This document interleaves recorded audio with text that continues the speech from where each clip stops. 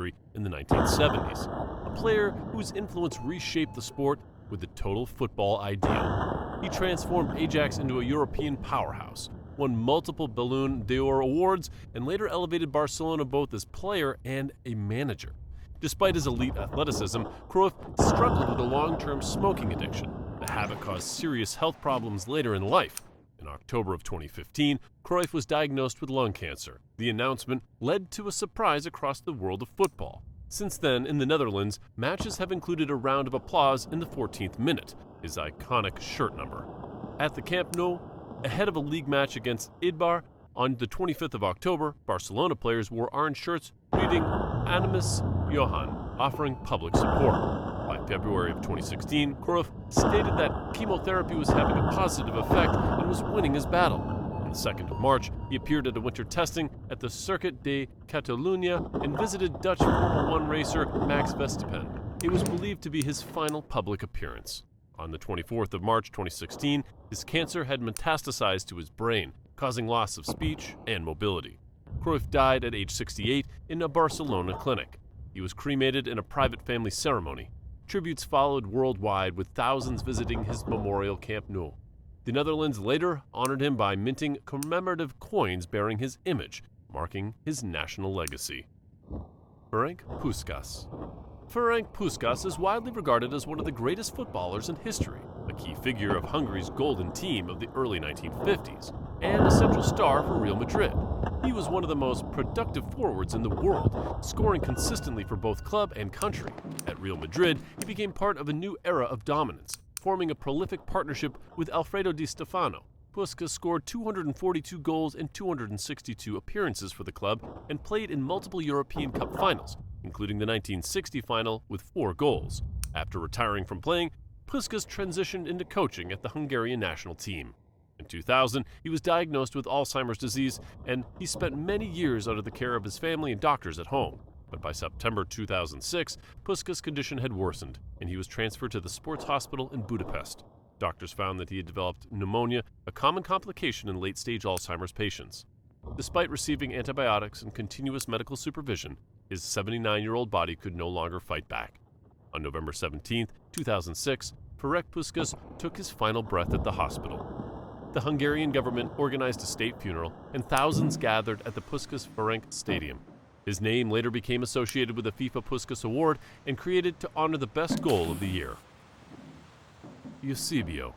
Eusebio da Silva Ferreira, known as the Black Panther, is regarded as one of the greatest footballers of all time. Over the course of his career, he scored 733 goals in 745 matches, becoming the centerpiece of Beneficia and the most iconic football figure in Portugal. On the morning of the 5th of January 2014, while resting at his home in the Portuguese capital, he suffered a sudden cardiac arrest. Family reported that he had complained of feeling faint shortly after walking. Within moments, he collapsed. Emergency services were contacted immediately, and paramedics attempted a resuscitation upon arrival, but too late. Eusebio was pronounced dead at the age of 71. News of his death spread quickly across Portugal and then throughout the football world. Cristiano Ronaldo, Luis Figo, and Jose Mourinho were among the first to offer public tributes. The Portuguese government declared 3 days of national mourning, honoring him as a symbol of the country's sporting identity. On January 9th, his coffin was taken around Estadio da Luz, the stadium. Tens of thousands of supporters lined the route and gathered inside the stadium to pay their respects. Months later, on the 3rd of July, his remains were transferred to the National Pantheon, joining other prominent figures in Portuguese history. Alfredo Di Stefano. Alfredo Di Stefano, widely known as Seta Rubia, is considered one of the greatest footballers of all time, of one of the greatest Real Madrid players. Di Stefano was one of the only 3 players to appear in all 5 Real Madrid consecutive European Cup victories from 1956 to 1960, and he scored in each of the 5 finals. After retiring, Di Stefano remained involved in football as a coach and later became honorary president of Real Madrid. Around 5 p.m. on the 5th of July 2014, while walking near the Bernabeu area in Madrid, Di Stefano suddenly suffered a severe heart attack. He collapsed right outside of the stadium, where passersby discovered him.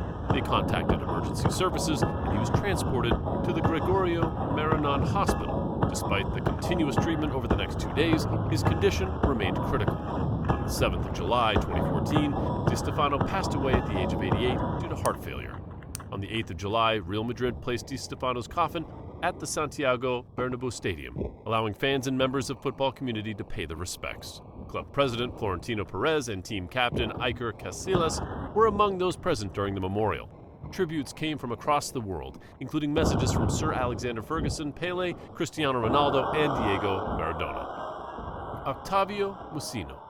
On the night of the 30th, May 1974, Octavio Mucino, one of Mexico's most promising footballers, arrived at the upscale restaurant Carlos O'Reilly's in Guadalajara. He was meeting 3 friends and their dates. Among those dining that night was Jaime Antonio Muldoon Barreto. He recognized Mucino, approached his table under the pretense of discussing football. The conversation quickly shifted from casual remarks to antagonistic comments by Muldoon Barreto's support for Atlas, a rival club. He began hurling insults at Mucino and his date, provoking a confrontation. Muldoon Barreto was removed from the restaurant. Nearly 90 minutes later, as Mucino and his group exited the restaurant, a luxury car waited near the entrance. Muldoon Barreto was inside. Mucino extended his hand in an attempt to reconciliation. Instead, Muldoon Barreto drew a pistol and fired 3 shots at point-blank range, striking Mucino before speeding away. Mucino was rushed to a hospital in Mexico Americano and remained in a coma for 3 days. At around 5:30 a.m. on the 3rd of June 1974, he died from his gunshot injuries to the head, thorax, and shoulder. Thousands of fans attended Mucino's funeral, held in Yaso, Hidalgo. In the aftermath, Muldoon Barreto fled to Spain, avoiding persecution due to the lack of extradition treaty. When he returned to Mexico in 1980, his lawyers claimed diminished mental capacity, and he was never tried. George Best. George Best, one of the greatest footballers in history, met a deeply lamented end. Born in Belfast in 1946, he became a global superstar at Manchester United, dazzling fans with dribbling past defenders with ease, scoring outrageous goals, and winning the 1968 Ballon d'Or at only 22. As his fame exploded, he spent more and more nights tucked away in bars, drinking to drown out the media pressure that had hit him far too young. By the 1980s and the 1990s, the consequences were written across the medical charts: damaged liver tests, emergency admissions, and doctors begging him to slow down.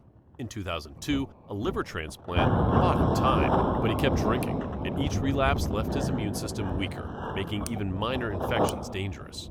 In October of 2005, Best was admitted to Cromwell Hospital in London with a severe kidney infection and internal bleeding. His condition deteriorated rapidly, and he developed multiple organ failure. On November 25, 2005, George Best died at the age of 59. The official cause of death was multiple organ failure triggered by chronic alcohol-related damage. Matthias Sindelar.